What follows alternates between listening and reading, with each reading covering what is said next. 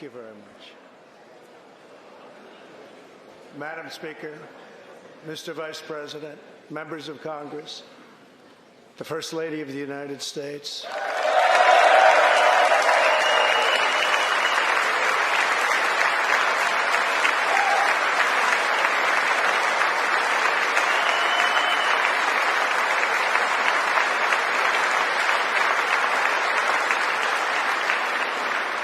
And my fellow citizens, 3 years ago, we launched the Great American Comeback. Tonight, I stand before you to share the incredible results. Jobs are booming, incomes are soaring, poverty is plummeting, crime is falling, confidence is surging, and our country is thriving and highly respected again.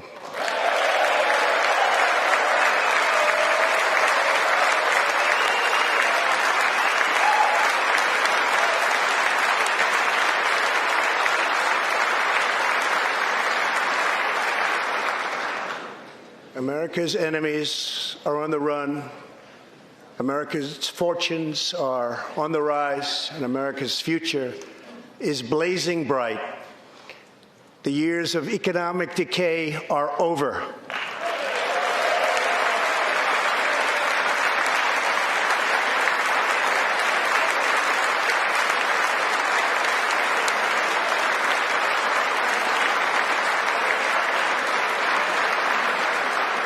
The days of our country being used, taken advantage of, and even scorned by other nations are long behind us. Gone too are the broken promises, jobless recoveries, tired platitudes, and constant excuses for the depletion of American wealth, power, and prestige. In just 3 short years, we have shattered the mentality of American decline, and we have rejected the downsizing of Americans' destiny. We have totally rejected the downsizing. We're moving forward at a pace that was unimaginable just a short time ago, and we are never, ever going back.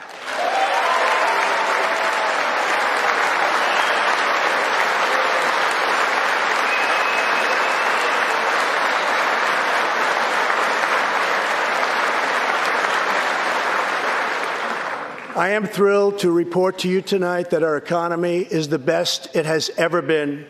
Our military is completely rebuilt, with its power being unmatched anywhere in the world, and it's not even close. Our borders are secure.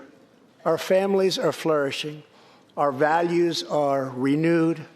Our pride is restored. And for all of these reasons, I say to the people of our great country, and to the members of Congress, the state of our union is stronger than ever before.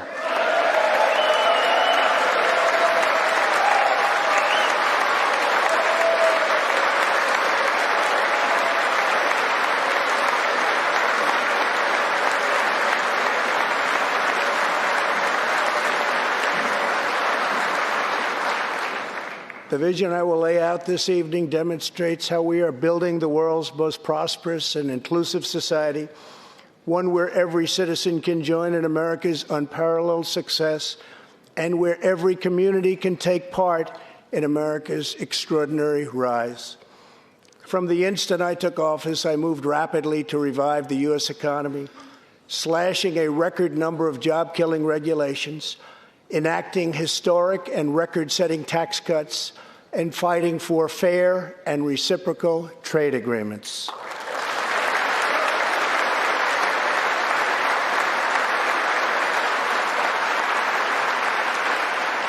Our agenda is relentlessly pro-worker, pro-family, pro-growth, and most of all, pro-American.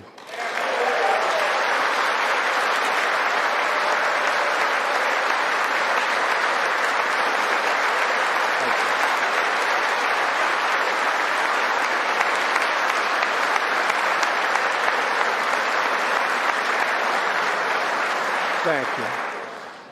We are advancing with unbridled optimism and lifting our citizens of every race, color, religion, and creed very, very high.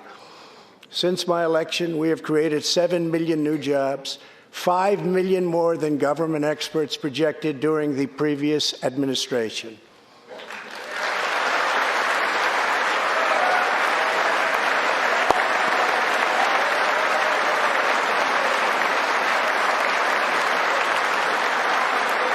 The unemployment rate is the lowest in over half a century. And very incredibly, the average unemployment rate under my administration is lower than any administration in the history of our country. Yeah.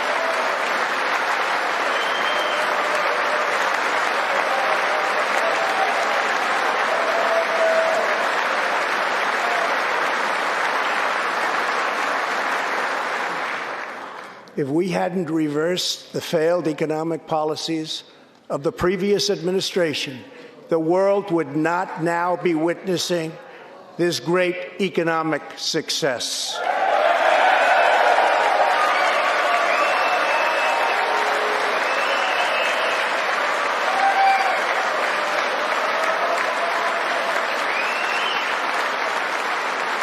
The unemployment rate for African Americans, Hispanic Americans, and Asian Americans has reached the lowest levels in history.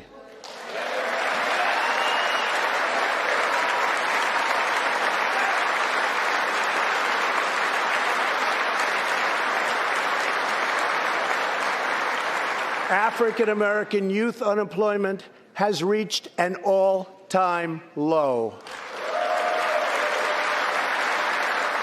African American poverty has declined to the lowest rate ever recorded. The unemployment rate for women reached the lowest level in almost 70 years, and last year women filled 72% of all new jobs added.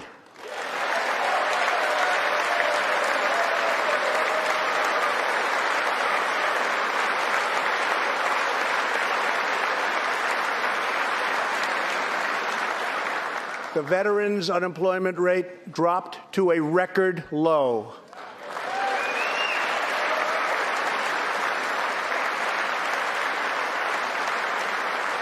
The unemployment rate for disabled Americans has reached an all-time low.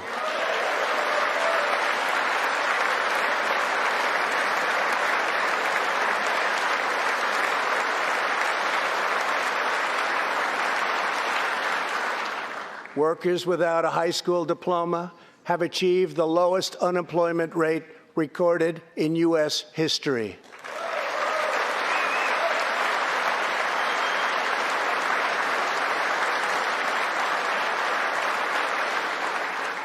A record number of young Americans are now employed.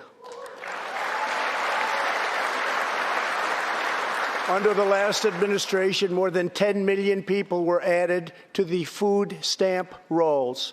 Under my administration, 7 million Americans have come off food stamps, and 10 million people have been lifted off of welfare.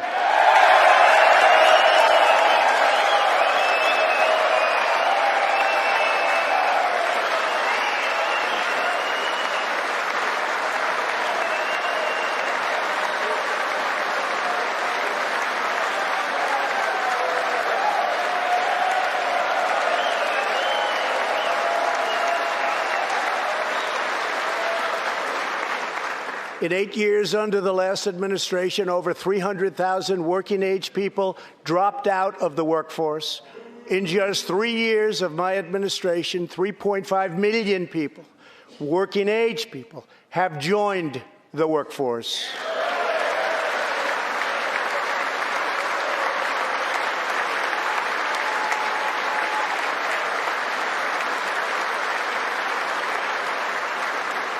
Since my election, the net worth of the bottom half of wage earners has increased by 47%, 3 times faster than the increase for the top 1%.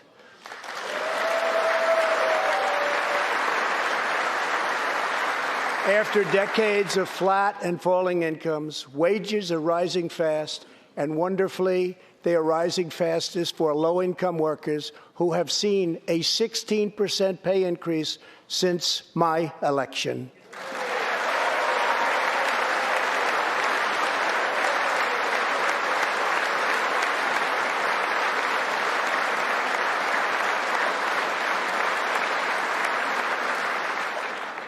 This is a blue-collar boom.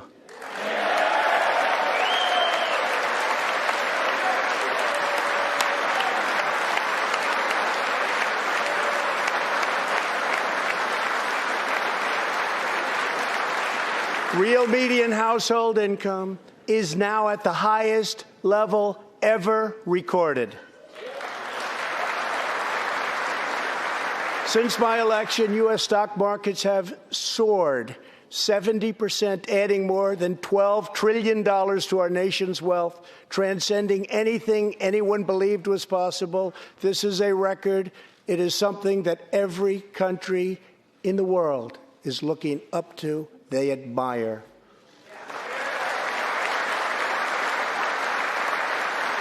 Consumer confidence has just reached amazing new highs.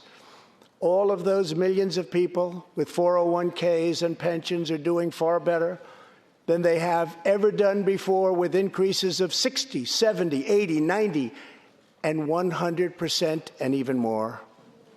Jobs and investments are pouring into 9,000 previously neglected neighborhoods, thanks to Opportunity Zones, a plan spearheaded by Senator Tim Scott as part of our great Republican tax cuts.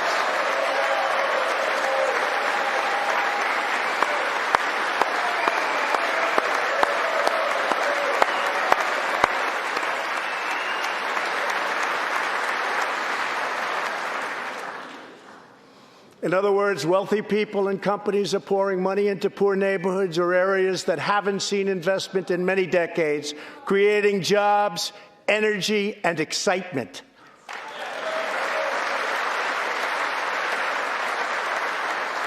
This is the first time that these deserving communities have seen anything like this. It's all working. Opportunity Zones are helping Americans like Army veteran Tony Rankins from Cincinnati, Ohio. After struggling with drug addiction, Tony lost his job, his house, and his family. He was homeless. But then Tony found a construction company that invests in Opportunity Zones. He is now a top tradesman, drug-free, reunited with his family, and he is here tonight. Tony, keep up the great work, Tony.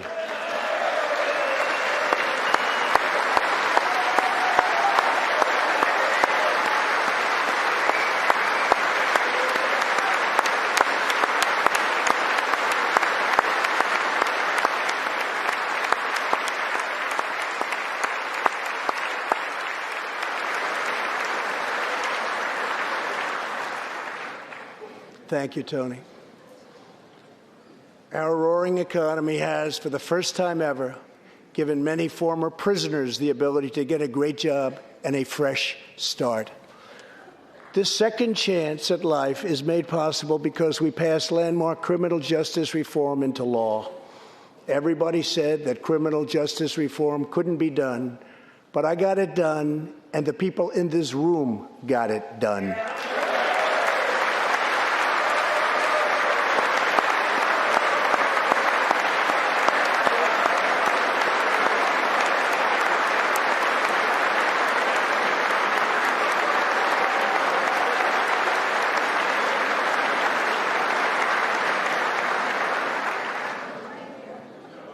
Thanks to our bold regulatory reduction campaign, the United States has become the #1 producer of oil and natural gas anywhere in the world, by far.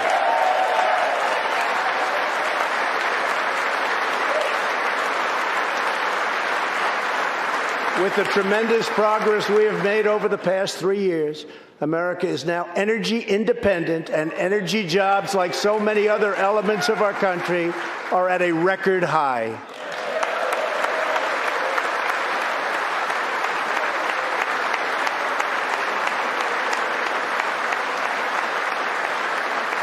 We are doing numbers that no one would have thought possible just 3 years ago.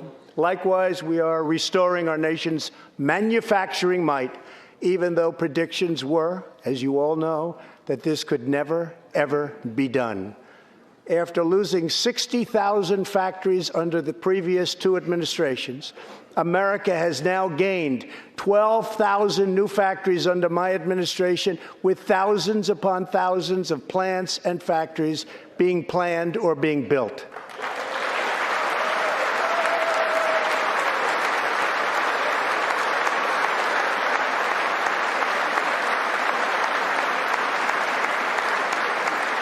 Companies are not leaving. They are coming back to the USA. The fact is that everybody wants to be where the action is, and the United States of America is indeed the place where the action is. One of the biggest promises I made to the American people was to replace the disastrous NAFTA trade deal.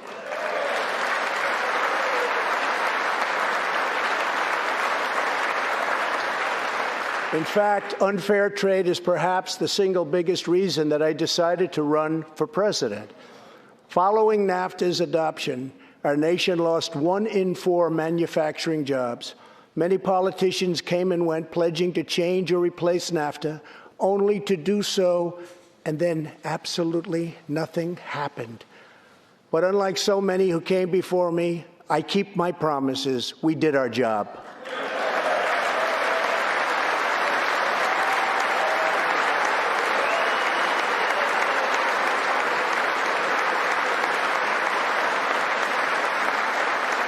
6 days ago, I replaced NAFTA and signed the brand new U.S.-Mexico-Canada agreement into law. The USMCA will create nearly 100,000 new high-paying American auto jobs and massively boost exports for our farmers, ranchers, and factory workers.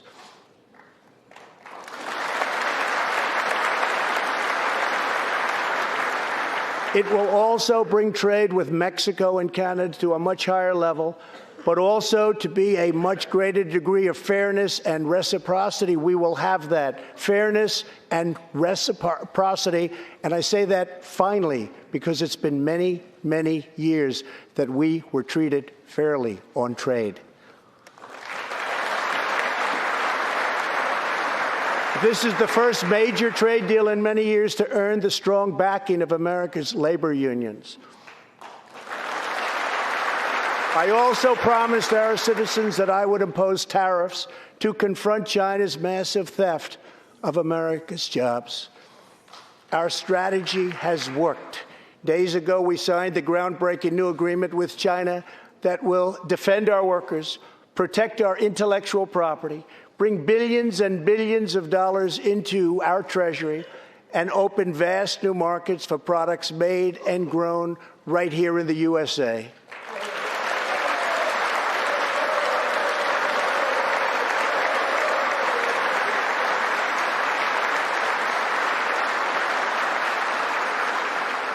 For decades, China has taken advantage of the United States. Now we have changed that. But at the same time, we have perhaps the best relationship we've ever had with China, including with President Xi.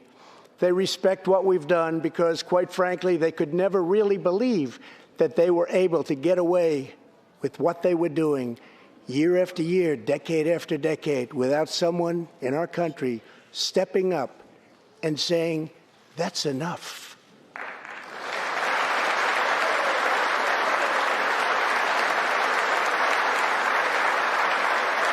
Now we want to rebuild our country, and that's exactly what we're doing. We are rebuilding our country. As we restore American leadership throughout the world, we are once again standing up for freedom in our hemisphere. That's why my administration reversed the failing policies of the previous administration on Cuba.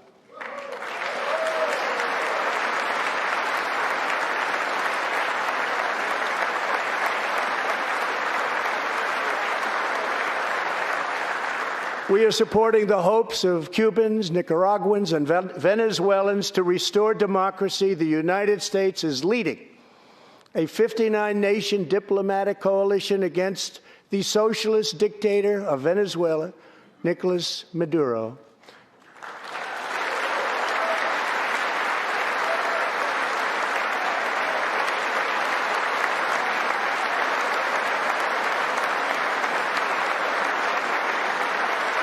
Maduro is an illegitimate ruler, a tyrant who brutalizes his people, but Maduro's grip on tyranny will be smashed and broken. Here this evening is a very brave man who carries with him the hopes, dreams, and aspirations of all Venezuelans. Joining us in the gallery is the true and legitimate president of Venezuela, Juan Guaido.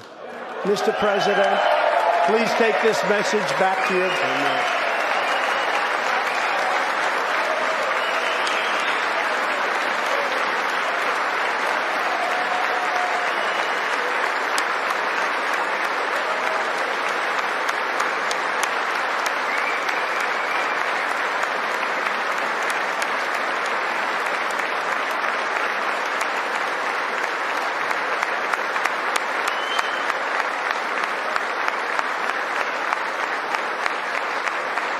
Thank you, Mr. President. Great honor. Thank you very much. Please take this message back that all Americans are united with the Venezuelan people in their righteous struggle for freedom. Thank you very much, Mr. President.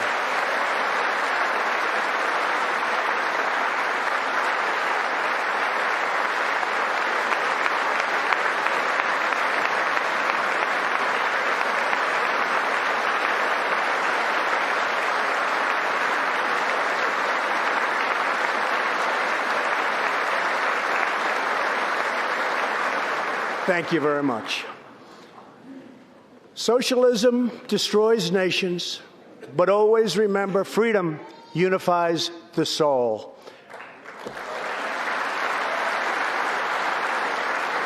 To safeguard American liberty, we have invested a record-breaking $2.2 trillion in the United States military.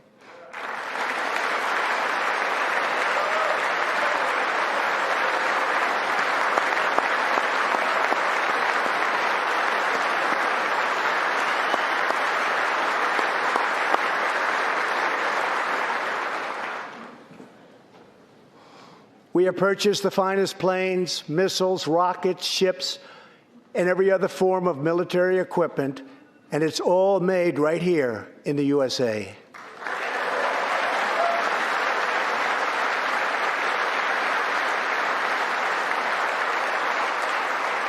We are also getting our allies, finally, to help pay their fair share.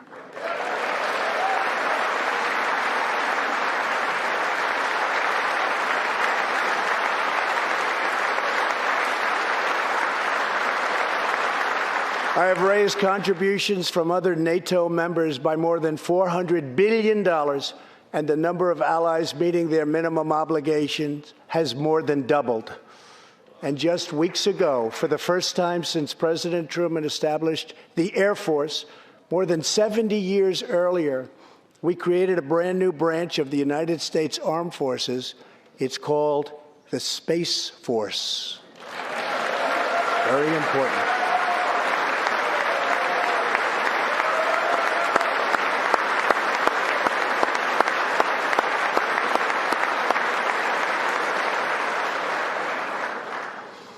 In the gallery tonight, we have a young gentleman, and what he wants so badly, 13 years old, Ian Lawnfay.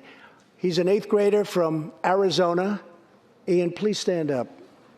Ian has always dreamed of going to space. He was the first in his class and among the youngest at an aviation academy. He aspires to go to the Air Force Academy, and then he has his eye on the Space Force. As Ian says, most people look up at space. I want to look down on the world.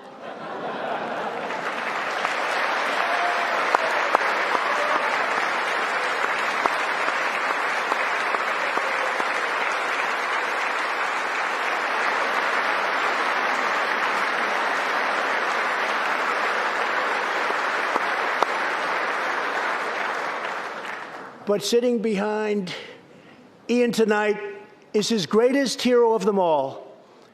Charles McGee was born in Cleveland, Ohio, 1 century ago. Charles is one of the last surviving Tuskegee Airmen, the first black fighter pilots, and he also happens to be Ian's great-grandfather.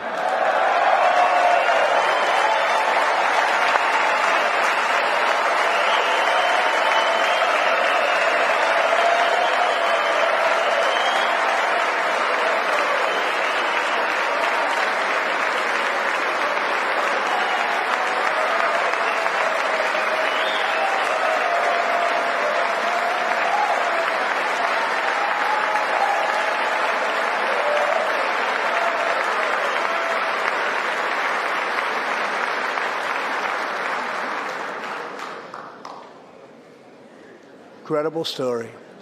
After more than 130 combat missions in World War II, he came back home to a country still struggling for civil rights and went on to serve America in Korea and Vietnam. On December 7th, Charles celebrated his 100th birthday.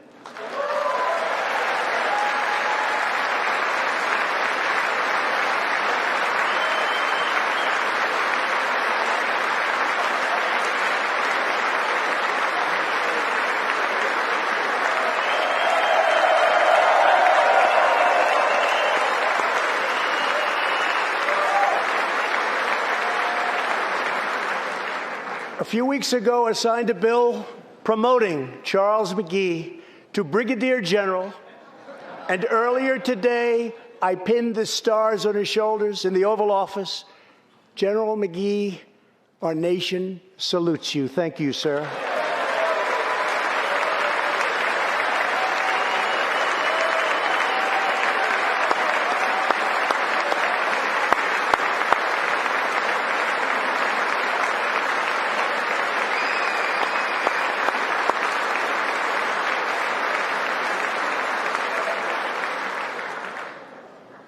From the Pilgrims to the founders, from the soldiers at Valley Forge to the marchers at Selma, and from President Lincoln to the Reverend Martin Luther King, Americans have always rejected limits on our children's future.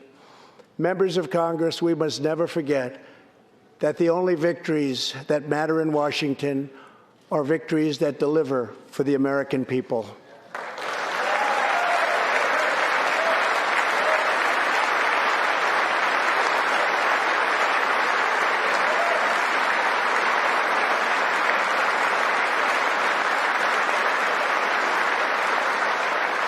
The people are the heart of our country.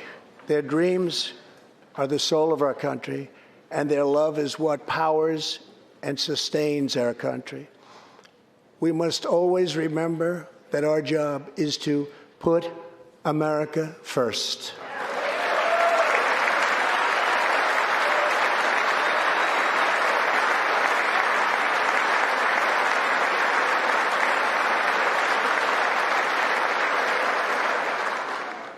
The next step forward in building an inclusive society is making sure that every young American gets a great education and the opportunity to achieve the American dream. Yet for too long, countless American children have been trapped in failing government schools.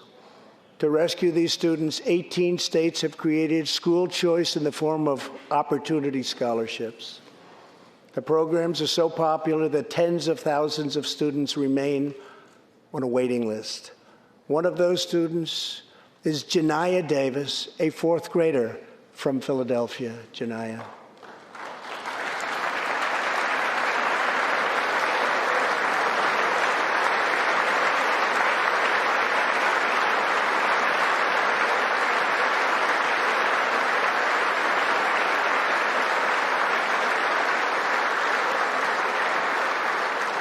Janaya's mom, Stephanie, is a single parent.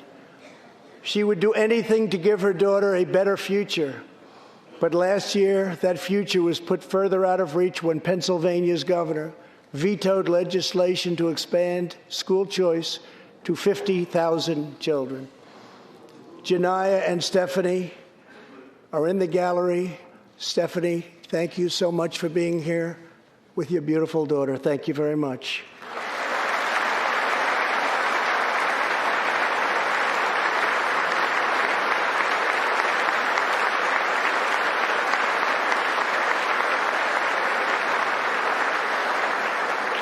But Janaya, I have some good news for you, because I am pleased to inform you that your long wait is over.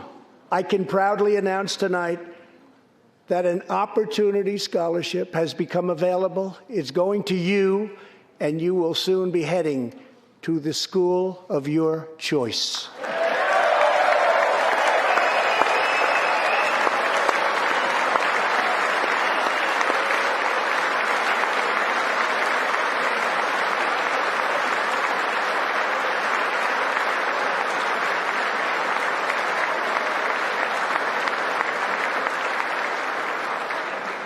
Now I call on Congress to give 1 million American children the same opportunity Janaya has just received. Pass the Education Freedom Scholarships and Opportunities Act, because no parent should be forced to send their child to a failing government school.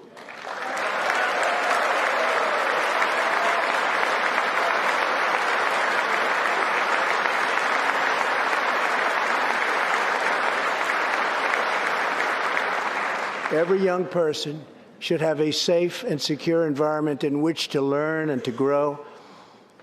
For this reason, our magnificent First Lady has launched the Be Best initiative to advance a safe, healthy, supportive, and drug-free life for the next generation, online, in school, and in our communities. Thank you, Melania, for your extraordinary love and profound care for America's children. Thank you very much.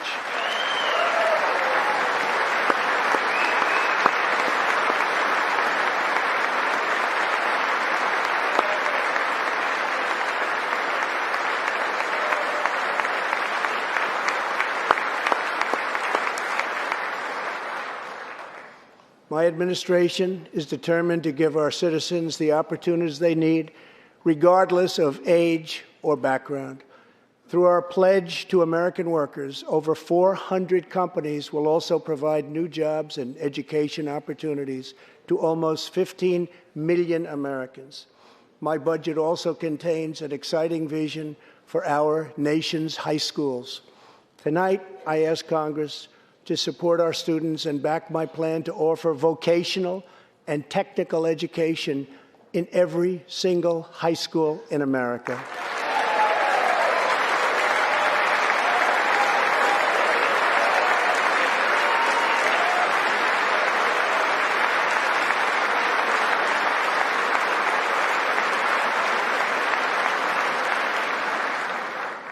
To expand equal opportunity, I am also proud that we achieved record and permanent funding for our nation's historically black colleges and universities.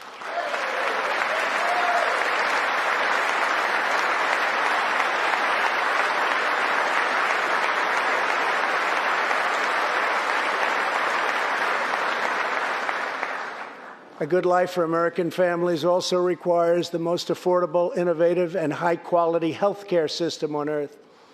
Before I took office, health insurance premiums had more than doubled in just 5 years. I moved quickly to provide affordable alternatives. Our new plans are up to 60% less expensive and better.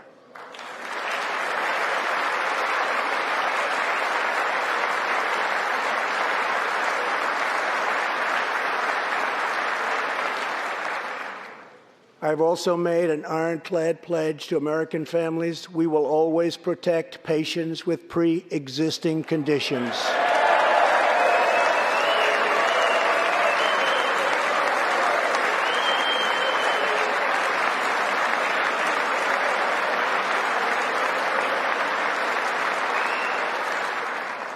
and we will always protect your Medicare, and we will always protect your Social Security, always.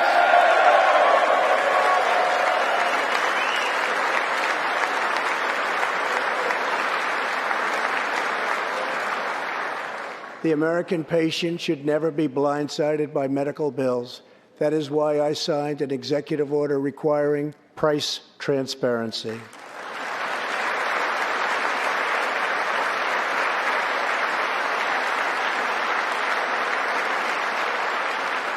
Many experts believe that transparency, which will go into full effect at the beginning of next year, will be even bigger than health care reform. It will save families massive amounts of money for substantially better care. But as we work to improve Americans' health care, there are those who want to take away your health care, take away your doctor, and abolish private insurance entirely. 132 lawmakers in this room have endorsed legislation to impose a socialist takeover of our health care system, wiping out the private health insurance plans of 180 million very happy Americans. To those watching at home tonight, I want you to know we will never let socialism destroy American health care.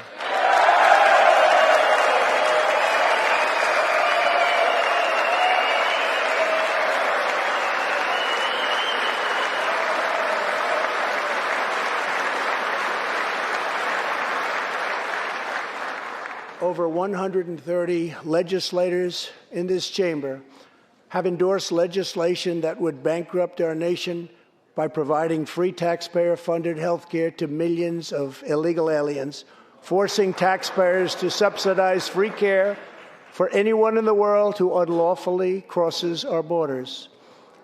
These proposals would raid the Medicare benefits of our seniors and that our seniors depend on, while acting as a powerful lure for illegal immigration. That is what is happening in California and other states. Their systems are totally out of control, costing taxpayers vast and unaffordable amounts of money. If forcing American taxpayers to provide unlimited free health care to illegal aliens sounds fair to you, then stand with the radical left. But if you believe that we should defend American patients and American seniors, then stand with me and pass legislation to prohibit free government health care for illegal aliens.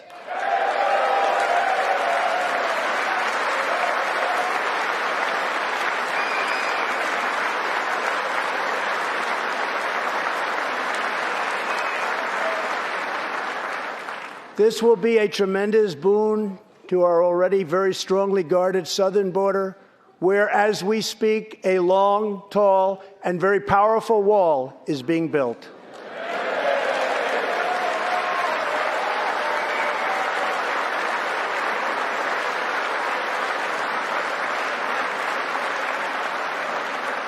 We have now completed over 100 miles and have over 500 miles fully completed in a very short period of time. Early next year, we will have substantially more than 500 miles completed. My administration is also taking on the big pharmaceutical companies. We have approved a record number of affordable generic drugs, and medicines are being approved by the FDA at a faster clip than ever before.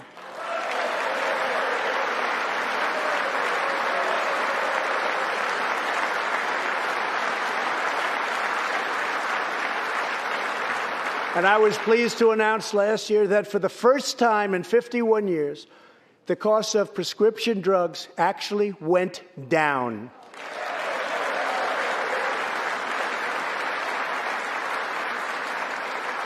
And working together, Congress can reduce drug prices substantially from current levels.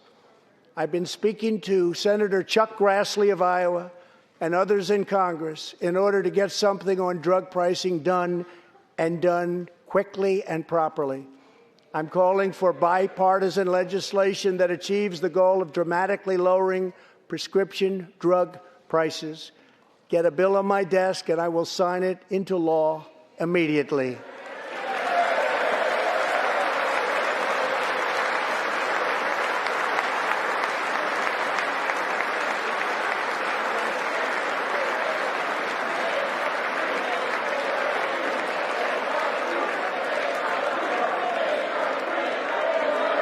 With unyielding commitment, we are curbing the opioid epidemic. Drug overdose deaths declined for the first time in nearly 30 years. Among the states hardest hit, Ohio is down 22%, Pennsylvania is down 18%, Wisconsin is down 10%, and we will not quit until we have beaten the opioid epidemic once and for all.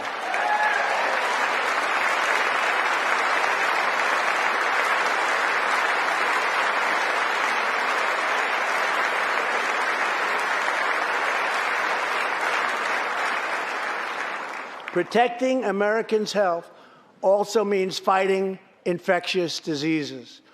We are coordinating with the Chinese government and working closely together on the coronavirus outbreak in China.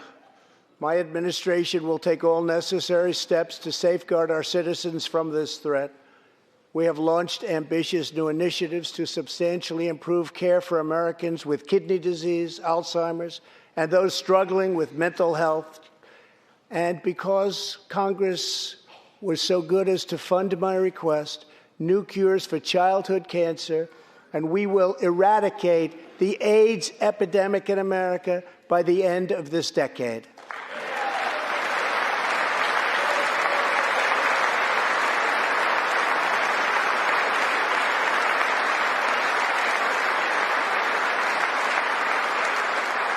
Almost every American family knows the pain when a loved one is diagnosed with a serious illness.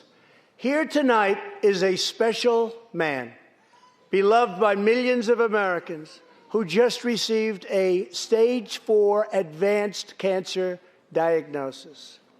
This is not good news, but what is good news is that he is the greatest fighter and winner that you will ever meet.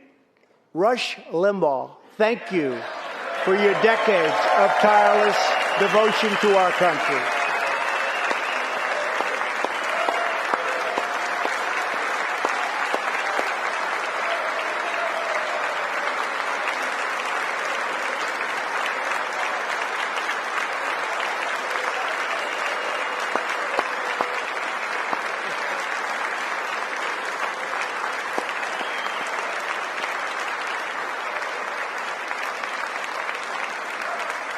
And Rush, in recognition of all that you have done for our nation, the millions of people a day that you speak to and that you inspire, and all of the incredible work that you have done for charity, I am proud to announce tonight that you will be receiving our country's highest civilian honor, the Presidential Medal of Freedom.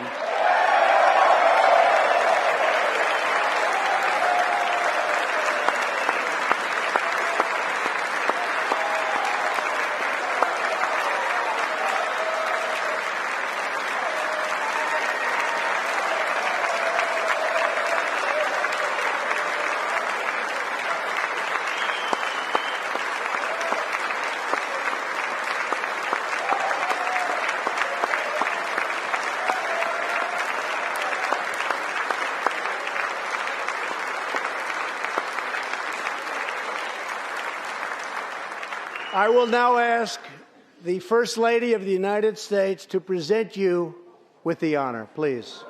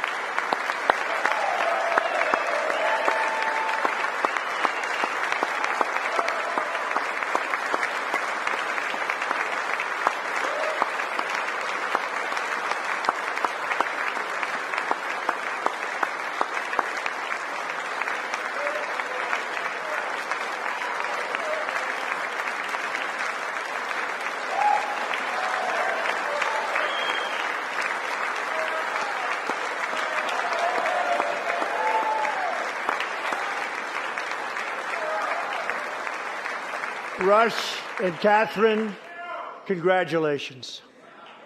Thank you, Catherine. As we pray for all who are sick, we know that America is constantly achieving new medical breakthroughs. In 2017, doctors at St. Luke's Hospital in Kansas City delivered one of the earliest premature babies ever to survive. Born at just 21 weeks and 6 days and weighing less than a pound, Ellie Schneider was a born fighter. Through the skill of her doctors and the prayers of her parents, little Ellie kept on winning the battle of life. Today, Ellie is a strong, healthy 2-year-old girl sitting with her amazing mother, Robin. In the gallery, Ellie and Robin, we are glad to have you with us tonight.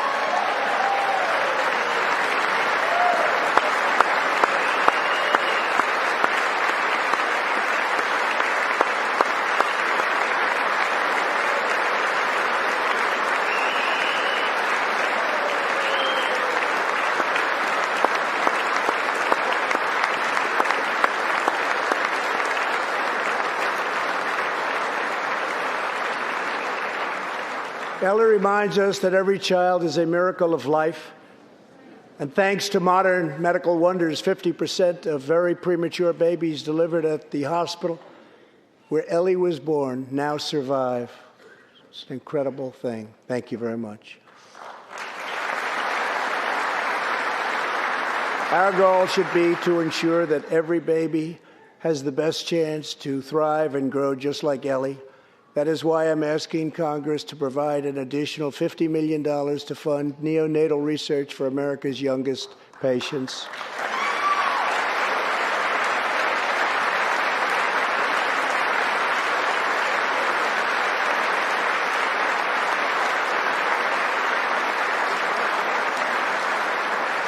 That is why I'm also calling upon members of Congress here tonight to pass legislation finally banning the late-term abortion of babies.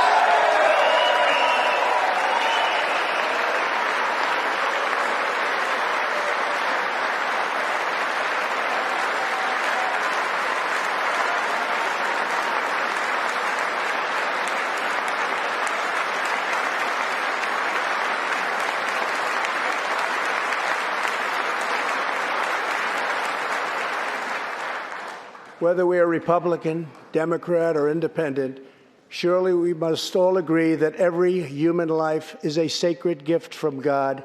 As we support America's moms and dads, I was recently proud to sign the law providing new parents in the federal workforce paid family leave, serving as a model for the rest of the country.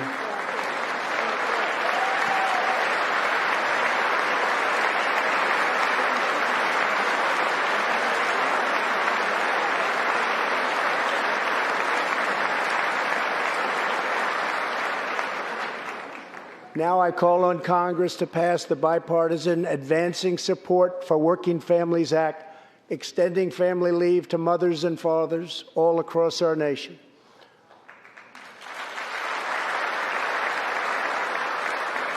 $40 million American families have an average $2,200 extra thanks to our child tax credit.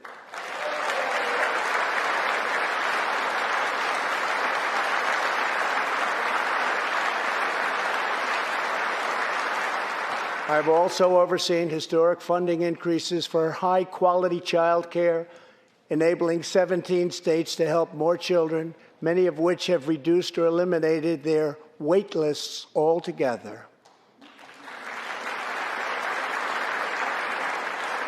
And I sent Congress a plan with a vision to further expand access to high-quality child care and urge you to act immediately.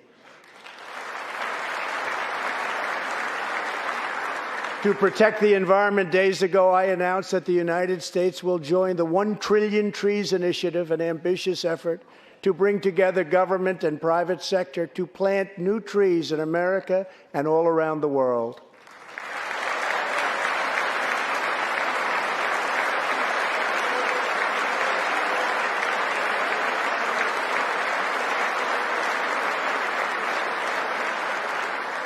We must also rebuild America's infrastructure.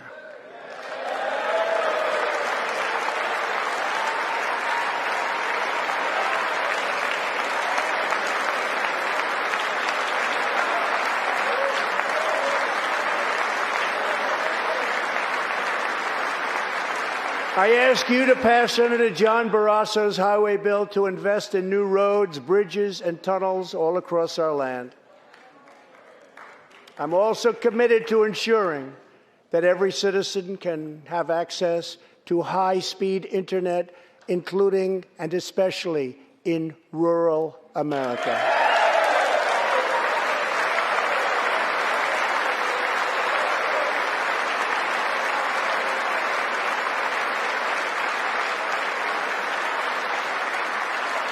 A better tomorrow for all Americans also requires us to keep America safe. That means supporting the men and women of law enforcement at every level, including our nation's heroic ICE officers.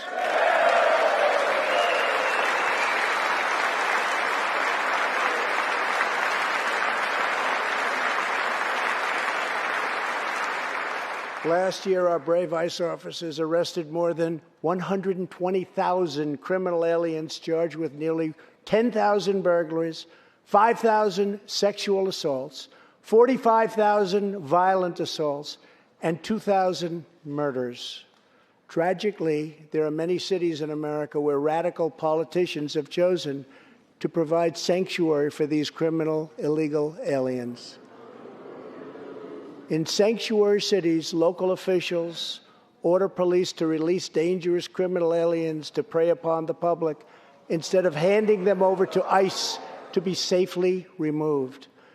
Just 29 days ago, a criminal alien freed by the sanctuary city of New York was charged with the brutal rape and murder of a 92-year-old woman. The killer had been previously arrested for assault, but under New York's sanctuary policies, he was set free. If the city had honored ICE's detainer request, his victim would still be alive today. The state of California passed an outrageous law declaring their whole state to be a sanctuary for criminal illegal immigrants, a very terrible sanctuary with catastrophic results. Here is just one tragic example. In December 2018, California police detained an illegal alien with 5 prior arrests, including convictions for robbery and assault. But as required by California's sanctuary law, local authorities released him. Days later, the criminal alien went on a gruesome spree of deadly violence. He viciously shot one man going about his daily work. He approached a woman sitting in her car and shot her in the arm and in the chest. He walked into a convenience store and wildly fired his weapon. He hijacked a truck and smashed into vehicles, critically injuring innocent victims. One of the victims is a terrible, terrible situation. Died, 51-year-old American named Rocky Jones. Rocky was at a gas station when this vile criminal fired 8 bullets at him from close range, murdering him in cold blood. Rocky left behind a devoted family, including his brothers, who loved him more than anything else in the world. One of his grieving brothers is here with us tonight. Jody, would you please stand? Jody, thank you.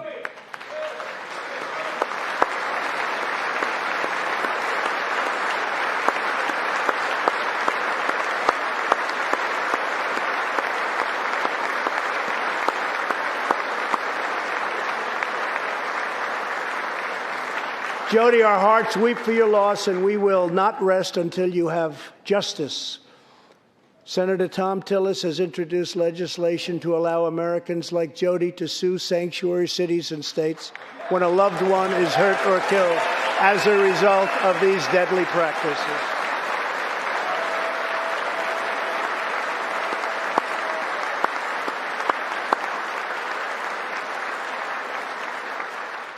I ask Congress to pass the Justice for Victims of Sanctuary Cities Act immediately. The United States of America should be a sanctuary for law-abiding Americans, not criminal aliens.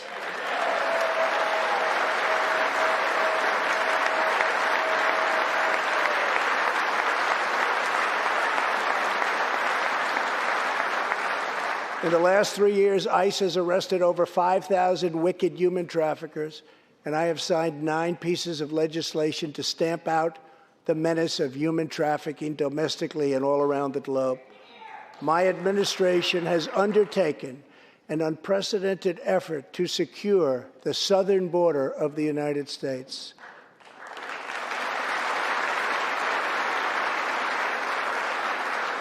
Before I came into office, if you showed up illegally on our southern border and were arrested, you were simply released and allowed into our country, never to be seen again. My administration has ended catch and release.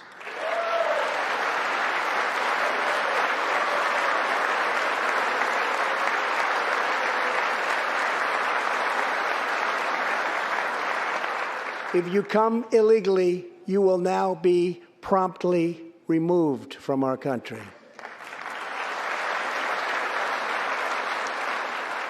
Very importantly, we entered into historic cooperation agreements with the governments of Mexico, Honduras, El Salvador, and Guatemala. As a result of our unprecedented efforts, illegal crossings are down 75% since May, dropping 8 straight months in a row.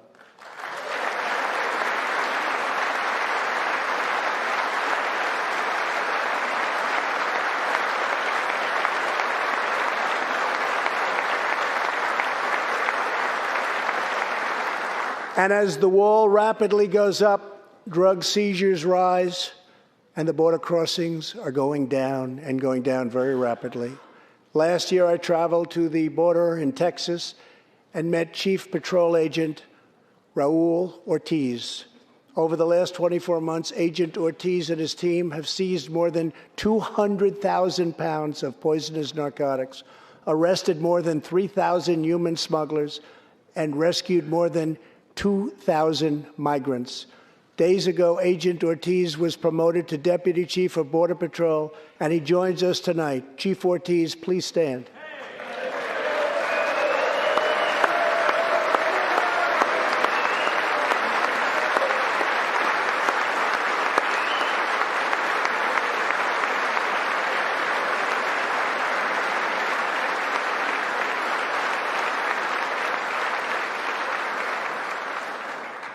A grateful nation thanks you and all of the heroes of Border Patrol and ICE. Thank you very much.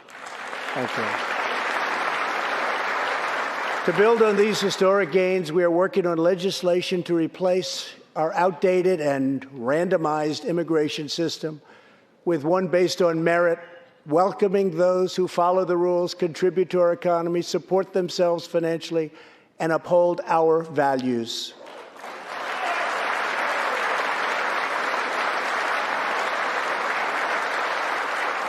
With every action, my administration is restoring the rule of law and reasserting the culture of American freedom.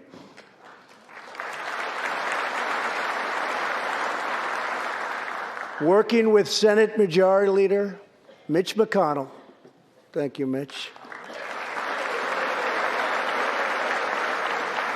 and his colleagues in the Senate, we have confirmed a record number of 187 new federal judges to uphold our Constitution as written. This includes 2 brilliant new Supreme Court justices, Neil Gorsuch and Brett Kavanaugh. Thank you.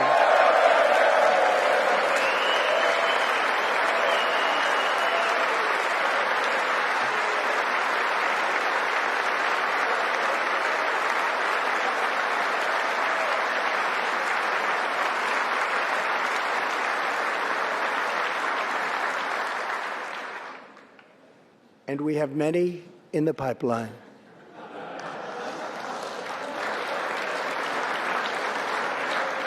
My administration is also defending religious liberty, and that includes the constitutional right to pray in public schools.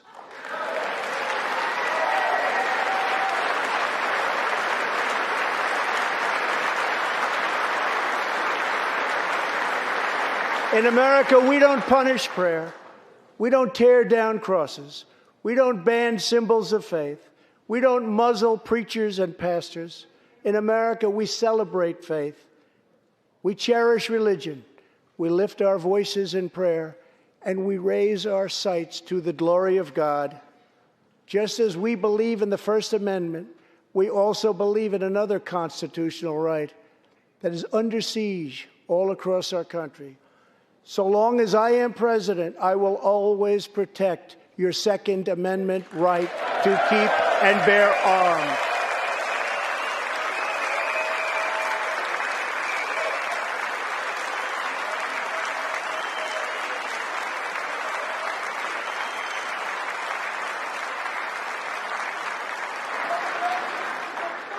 In reaffirming our heritage as a free nation, we must remember that America has always been a frontier nation. Now we must embrace the next frontier, America's manifest destiny in the stars. I am asking Congress to fully fund the Artemis program to ensure that the next man and the first woman on the moon will be American astronauts, using this as a launching pad to ensure that America is the first nation to plant its flag on Mars.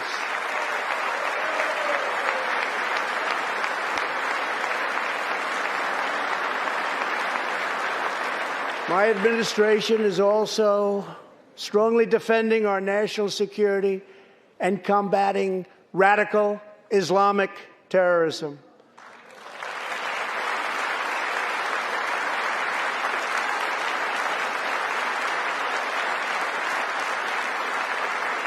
Last week, I announced a groundbreaking plan for peace between Israel and the Palestinians. Recognizing that all past attempts have failed, we must be determined and creative in order to stabilize the region and give millions of young people the chance to realize a better future. 3 years ago, the barbarians of ISIS held over 20,000 square miles of territory in Iraq and Syria. Today, the ISIS territorial caliphate has been 100% destroyed, and the founder and leader of ISIS, the bloodthirsty killer known as al-Baghdadi, is dead.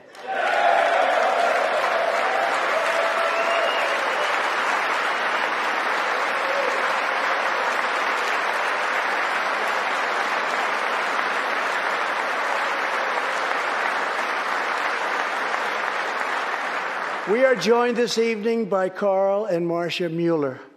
After graduating from college, their beautiful daughter, Carla, became a humanitarian aid worker. She once wrote, "Some people find God in church, some people find God in nature, some people find God in love. I find God in suffering. I've known for some time what my life's work is, using my hands as tools to relieve suffering." In 2013, while caring for suffering civilians in Syria, Kayla was kidnapped, tortured, and enslaved by ISIS and kept as a prisoner of al-Baghdadi himself. After more than 500 horrifying days of captivity, al-Baghdadi murdered young, beautiful Kayla. She was just 26 years old. On the night that U.S. Special Forces operations ended al-Baghdadi's miserable life, the chairman of the Joint Chiefs of Staff, General Mark Milley, received a call in the Situation Room. He was told that the brave men of the elite Special Forces team that so perfectly carried out the operation had given their mission a name, Task Force 814. It was a reference to a special day, August 14th, Kayla's birthday. Carl and Marcia, America's warriors, never forgot Kayla, and neither will we. Thank you.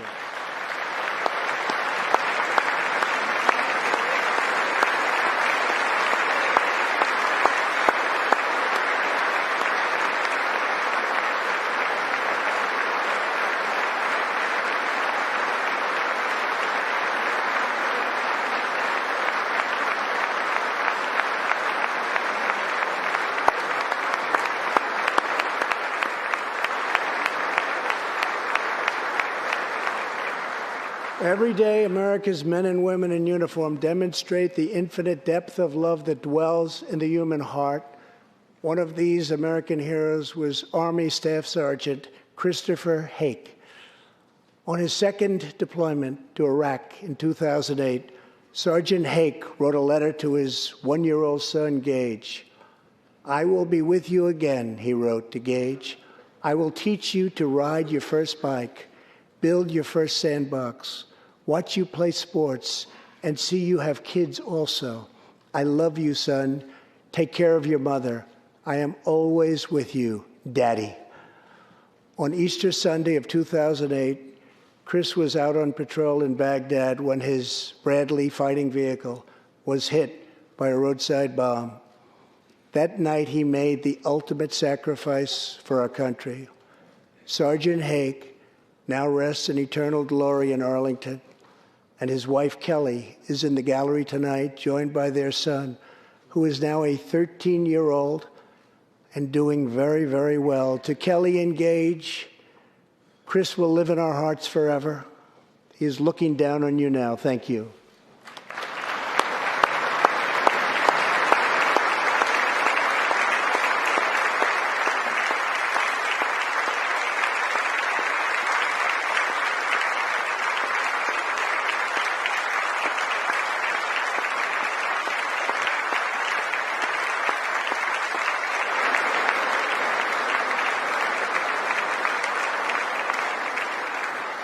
Thank you very much. Thank you both very much. The terrorist responsible for killing Sergeant Hake was Qasem Soleimani, who provided the deadly roadside bomb that took Chris's life. Soleimani was the Iranian regime's most ruthless butcher, a monster who murdered or wounded thousands of American service members in Iraq. As the world's top terrorist, Soleimani orchestrated the deaths of countless men, women, and children. He directed the December assault and went on to assault U.S. forces in Iraq, was actively planning new attacks when we hit him very hard. And that's why last month, at my direction, the U.S. military executed a flawless precision strike that killed Soleimani and terminated his evil reign of terror forever.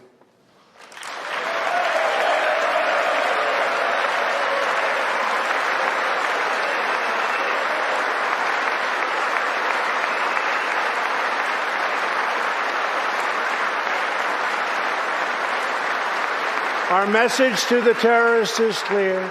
You will never escape American justice. If you attack our citizens, you forfeit your life.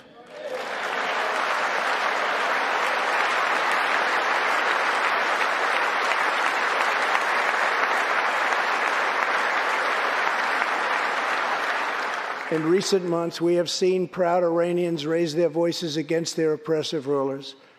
The Iranian regime must abandon its pursuit of nuclear weapons, stop spreading terror, death, and destruction, and start working for the good of its own people.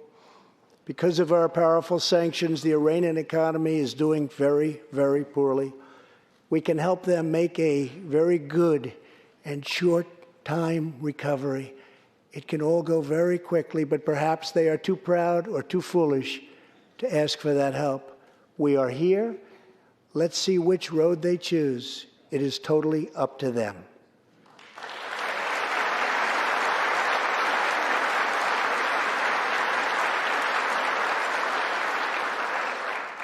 As we defend American lives, we are working to end America's wars in the Middle East. In Afghanistan, the determination and valor of our warfighters has allowed us to make tremendous progress, and peace talks are now underway. I am not looking to kill hundreds of thousands of people in Afghanistan, many of them totally innocent. It is also not our function to serve other nations as law enforcement agencies.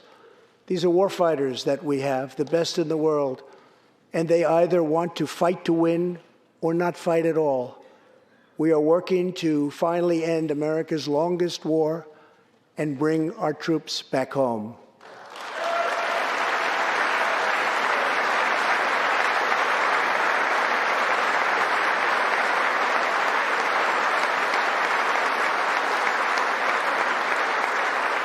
War places a heavy burden on our nation's extraordinary military families, especially spouses like Amy Williams from Fort Bragg, North Carolina, and her 2 children, 6-year-old Eliana and 3-year-old Rowan. Amy works full-time and volunteers countless hours helping other military families.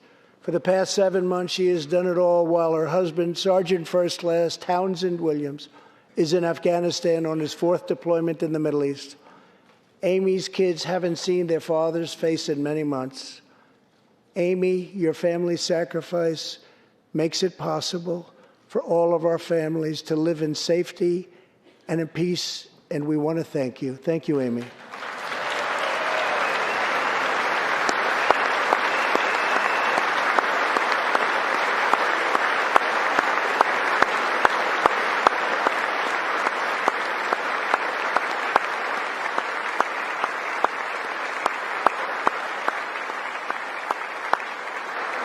But Amy, there is one more thing. Tonight we have a very special surprise. I am thrilled to inform you that your husband is back from deployment. He is here with us tonight, and we couldn't keep him waiting any longer.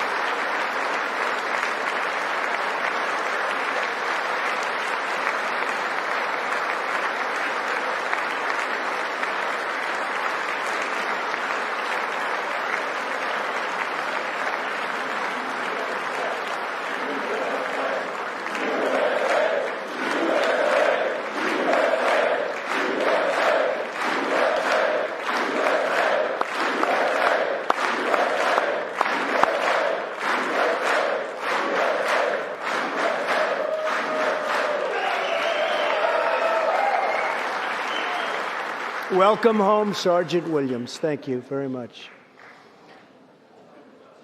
As the world bears witness tonight, America is a land of heroes. This is a place where greatness is born, where destinies are forged, and where legends come to life. This is the home of Thomas Edison and Teddy Roosevelt, of many great generals, including Washington, Pershing, Patton, and MacArthur. This is the home of Abraham Lincoln, Frederick Douglass, Amelia Earhart, Harriet Tubman, the Wright brothers, Neil Armstrong, and so many more. This is the country where children learn names like Wyatt Earp, Davy Crockett, and Annie Oakley. This is the place where the Pilgrims landed at Plymouth and where Texas patriots made their last stand at the Alamo.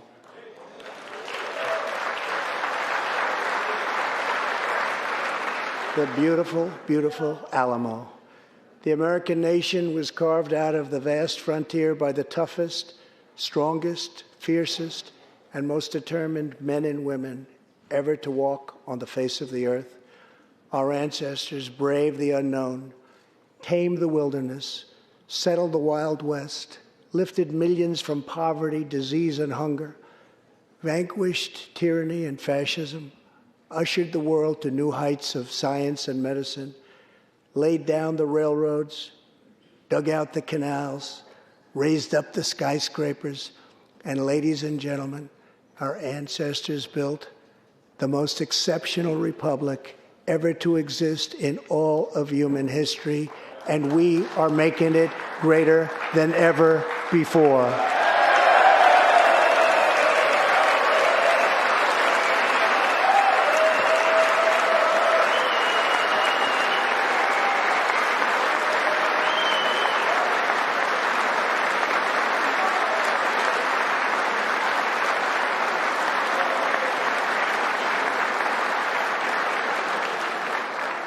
This is our glorious and magnificent inheritance. We are Americans. We are pioneers. We are the pathfinders. We settled the new world. We built the modern world. And we change history forever by embracing the eternal truth that everyone is made equal by the hand of Almighty God.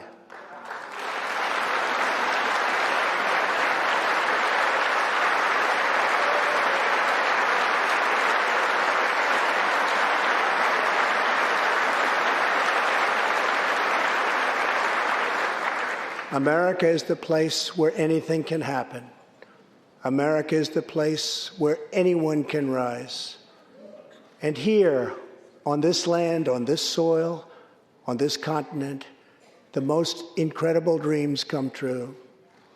This nation is our canvas, and this country is our masterpiece. We look at tomorrow and see unlimited frontiers just waiting to be explored. Our brightest discoveries are not yet known. Our most thrilling stories are not yet told. Our grandest journeys are not yet made. The American age, the American epic, the American adventure has only just begun. Our spirit is still young. The sun is still rising. God's grace is still shining. And my fellow Americans, the best is yet to come. Thank you. God bless you. And God bless America. Thank you very much.